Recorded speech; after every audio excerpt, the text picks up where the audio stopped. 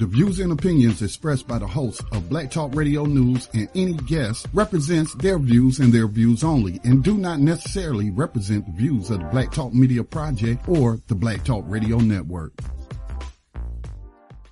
One more story and then I got to close it up, wrap it up. Appreciate those who share news with me. I'm not always able to get everything on the air due to time constraints, but I do my best. So this story right here, I'm going to close out by saying this is a good reason, not for the same exact reason as these freshmen who had their scholarships revoked or having their offers to be able to attend revoked because of their postings to Facebook, posting racist, hateful stuff, but because, like, for example, again, it's going to try to play an ad, so y'all bear with me. Ready, Tim? Let's do this. If I can get this stopped. All right. But like, for example, we talked about how Black Lives Matter or BLM has been turned into a dirty word. Just attach black to something and it's got to be racist, hateful, and violent. Don't pay attention to their words or their actions. Just, do what you do, tell lies and propagate those lies on a mass scale.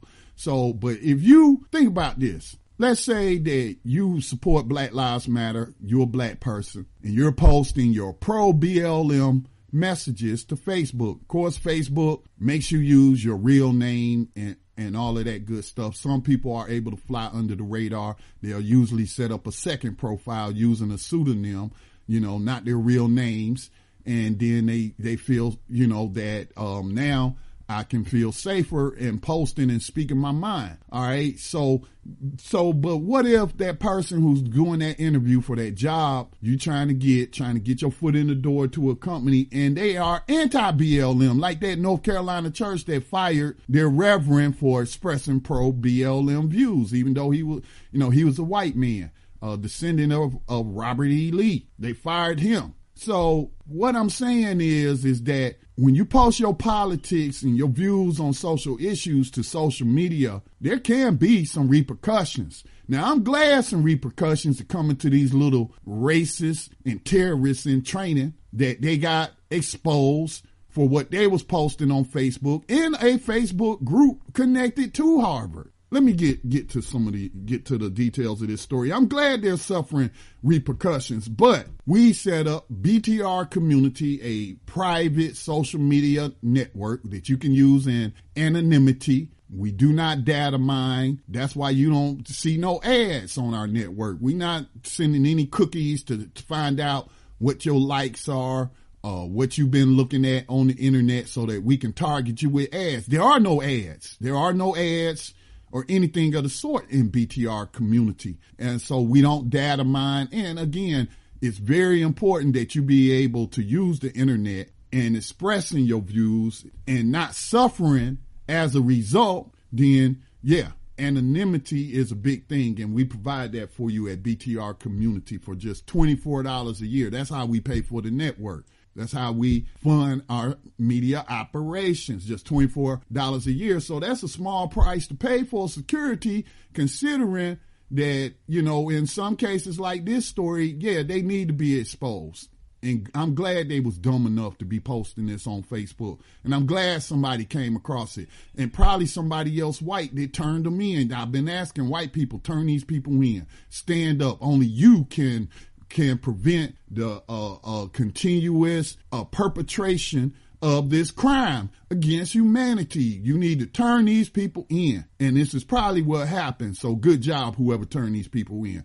Harvard University have withdrawn acceptance offers to at least 10 incoming freshmen after school administrators discovered that students were sharing explicit memes via a Facebook chat group, according to the Harvard Crimson student newspaper.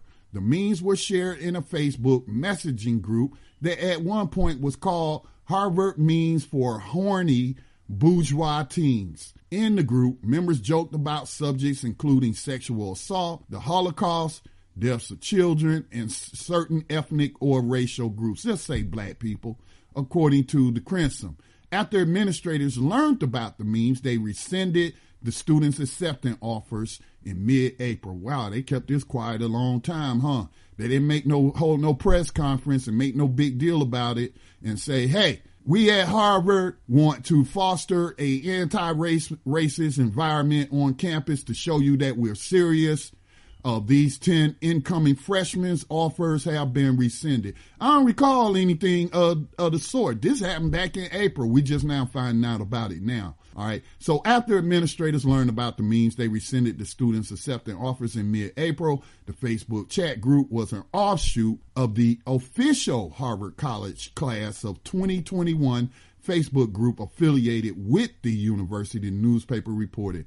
So apparently these chat groups, it's just when you add a whole bunch of people. I hate that to messages, and you'll see people leaving the group and all that. This is what that was. So somebody saw these individuals that was included in this group post some racist memes behind the scenes, or what they thought was behind the scenes, and somebody exposed them. Good job, whoever did that. Again, only white people, y'all can stop racism. It's your community anyway that this is emanating from, and you need to clean it up. So good job to whoever exposed them. The description for the Harvard College class of 2021 Facebook group states, we are not responsible for any unofficial groups, chats, or content within. It goes on to remind students that Harvard College reserves the right to withdraw an offer of admission under various conditions. One of those conditions includes if an admitted student engages or has engaged in behavior that brings into question their honesty, maturity, or moral character, a university spokeswoman said. So again, we hear people say, well, we need laws. We need new laws on the books so we can go after these terrorists or these racists. Like I mentioned in passing the other day, it's already against the law to be racist. It's just no enforcement. There's no uniform enforcement. There's no consistency on the parts of the government. And then in the case of these universities, whether we're talking about corporations, school boards, they have policies too that could be broadly applied to root out racists, but they choose not to do it. So this case right here is an anomaly. Good job. It was the right thing to do. We encourage more people to engage in this sort of anti-racist activity. I'm speaking to administrators. So keep up the good work. Keep it up. Keep it up. Only you can stop it. There has to be some accountability for people practicing racism, which is terrorism. And all of it was put in place to maintain the system of slavery, like the GEO group is participating in from our previous story. All right. So again, you have to be careful about what you post online. In this case, if you're a racist, post all day long. Just post it. Post everything. Start these little private groups that you think is private. Hey, if you're not a racist and you're anti-racist, infiltrate some of these groups. Expose these people. Take the screenshots, send it to whoever it needs to be sent to, make them public. Do it anonymously so that your cover isn't blown. But yeah, that's something that y'all I think will be constructive to engage in. Y'all could do a better job than a person like me, a black person, a victim of the system. Y'all have so much more power and privilege to do. I'm just trying to do the best I can. All right. So that concludes our broadcast for today. I will be back on air Monday at 12 o'clock noon Eastern time at 2 o'clock p.m. if I'm able, because remember, I'm supposed to be experiencing, or we are supposed to be experiencing Hurricane Irma on Monday, which is reportedly in my area. We may see winds up to 43 miles per hour, and that's nothing to what the people close to the coast are going to see. All right, so y'all, again, batten down the hatches. Make sure you got plenty of water, non-perishable items, canned food, canned openers. Just do what you can. Don't wait till the last minute, because people have been preparing already. My daughter was up here bringing some stuff because I want her and my other daughter and my grandsons, even though they live just not even 5 miles away from me in the city of Mount Holly, They don't want to get cut off from their family up here in case there's a power outage. And I doubt if that river will rise, but they're not that far from that river either. So definitely we need to be preparing and coming up with a plan of action for this hurricane, for these series of hurricanes that's coming down the pipe. All right, peace and blessings to all. Recognize the fact that you live behind these enemy lines of USA Inc., where they're still practicing legalized slavery and human trafficking. Don't believe me. Believe the 13th Amendment of the U.S. Constitution. Peace. Hello, this is Scotty Reed, and thank you for listening to this podcast and sharing it with others. Please consider making a donation to the U.S.-based nonprofit media organization, Black Talk Media Project, in support of its efforts to elevate independent Black voices. You can also support the work by joining the network's social media community, BTR Community, for just $24 a year. Black Talk Media Project is leading the way in the production of grassroots Black media.